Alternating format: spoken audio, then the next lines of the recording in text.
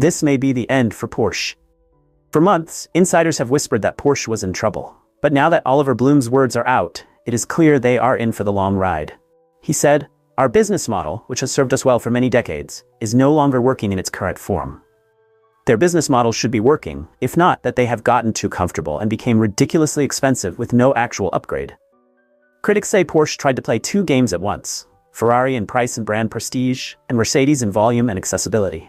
Many have even been predicting their decline for years now based on massive profit collapse, shrinking margins, EV strategy backlash, identity crisis, growth decline in China, and safety controversies to say the least.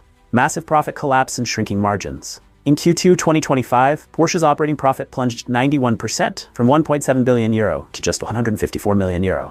Meanwhile, Volkswagen's core brand earned nearly €1 billion in the same period, eclipsing Porsche and Audi combined bid. Overall profit margins are expected to fall to 6.5–8.5%, down sharply from its historical 12 to 15% range. The EV strategy backlash. The Taycan, their sleek electric sports car, was supposed to lead the charge. Then came the electric Macan, which was hyped, aggressive, and aimed at transforming Porsche into a modern powerhouse. But in 2024, that strategy hit a wall. Taycan sales collapsed, dropping nearly 49% from the year before. Porsche moved just 20,836 units globally in 2024. And the first half of 2025 didn't bring much relief either, with only 8,302 Taycans sold, down another 6%. Porsche EVs are also tanking on resale value, with Taycan resale down over 40% in 18 months, worse than Tesla. Depreciation killed the brand's perceived exclusivity and long-term value. Buyers aren't willing to drop $100K plus for a car that'll be worth $50,000 a year later. The electric Macan, launched late in 2024, did bring some momentum. In the first half of 2025, Porsche delivered over 25,000 Macan EVs, outpacing the older gas-powered versions. But even with those numbers, overall Macan sales were down year over year, and the EV shift hasn't compensated for broader losses. In total, Porsche delivered about 310,718 vehicles in 2024, a 3% decline from the previous year. The fact that SUVs now make up around 61% of Porsche's total deliveries doesn't sit right with those who bought into the luxury brand. The shift away from iconic combustion models like the Boxster and Cayman, with no immediate EV replacements expected before 2026, make it harder for Porsche enthusiasts to remain loyal. Because the question is, are they an exclusive luxury brand? A tech-forward EV leader? A scaled luxury SUV player? Chinese buyers now have many options. Chinese buyers were one of their biggest customers, except that it didn't last. In 2021, Porsche sold 95,700 cars in China. In 2023, they sold 79,283 cars, and in 2024, they sold 56,887 vehicles. Worse, in the first quarter of 2025, their China sales plunged 42%.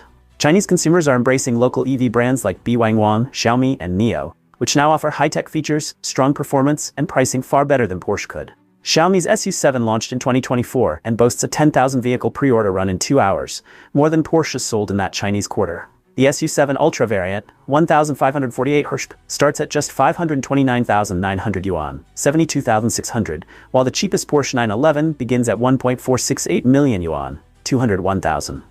These buyers are no longer fascinated by ordinary prestige or combustion engine sounds, but tech dominance.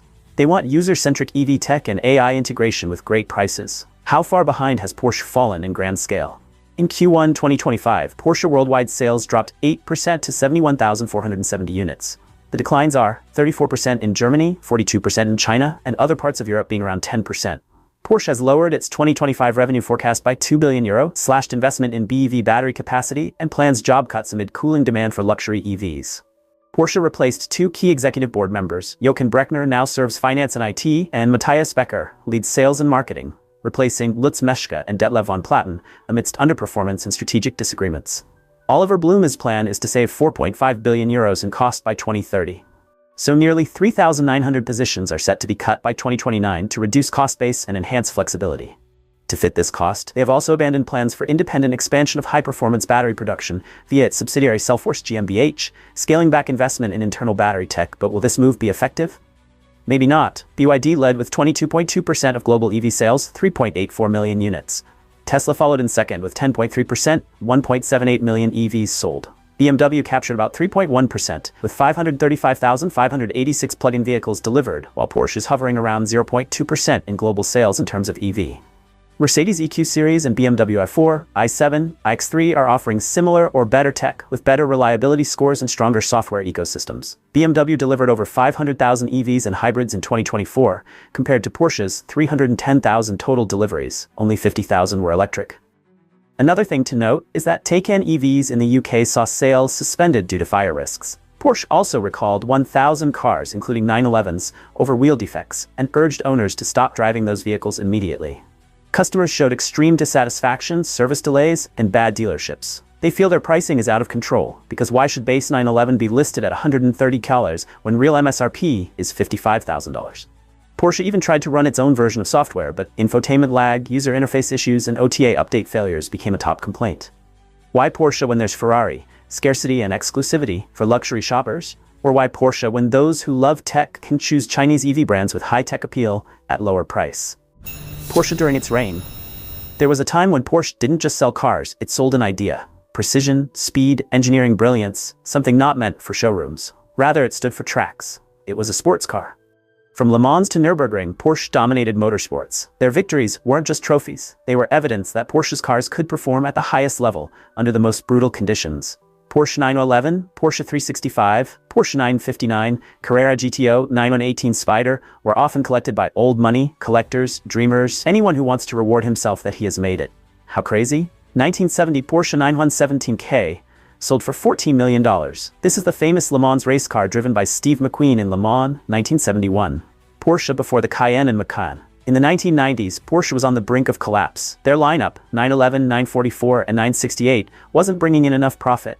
By 1993, they were making fewer than 15,000 cars a year, and losses were mounting. They faced high production costs, weak demand, inefficient operations, and the fact that they were seen as a niche sports car brand wasn't helping. So they decided to act fast by building an SUV. They launched Cayenne in 2002, marketed it as fast and luxurious, which soon became Porsche's best-selling model despite the initial hatred from fans. Within 2 years, Porsche's revenue and profits skyrocketed. The Cayenne became the financial backbone of the company. They also did it with the Macan in 2014, which targeted the younger urban market to compete with the BMW X3, Audi Q5. This move also made it top-selling model globally in 2016. There have been reports of long service wait times, part shortages, and unresponsive dealerships in the US and Europe. Online forums and review sites are filled with owner complaints about Porsche's after-sales service, lagging behind Lexus and BMW. Enthusiasts are not clear what Porsche stands for anymore. Too many identities with no clear message. Is Porsche doing anything about this, or are they doomed to be forgotten? Porsche is now focusing on multi-energy platforms, which allow vehicles to support EV, hybrid, and combustion variants. This move is intended to reduce R&D costs while giving Porsche breathing room in markets that aren't ready to fully go electric. Porsche has also scaled back investment in its Cellforce battery plant, halting plans to build high-performance cells independently. Instead, it's leaning on Volkswagen Group partnerships for batteries, including with PowerCo, to reduce duplication and cut costs.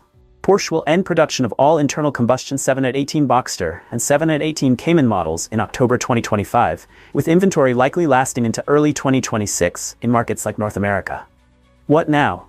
Either Porsche do another comeback or everyone moves on because their name alone isn't what the market want anymore.